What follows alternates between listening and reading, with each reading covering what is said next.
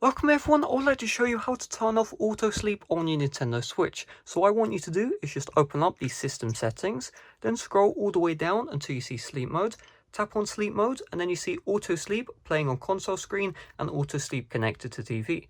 All we need to do is set both of these to never.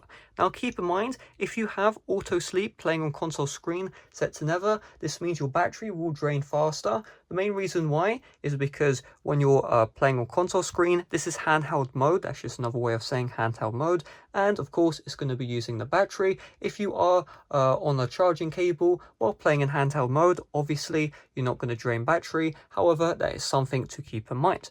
Other than that, hopefully this video helped you out. If it did, make sure to smash like, subscribe for brand new. Check out my playlist on the end screen right now. It has a bunch of tips and tricks on the Nintendo Switch, which you should definitely check out. So it's on the end screens. If you don't see the end screens, check out the description down below.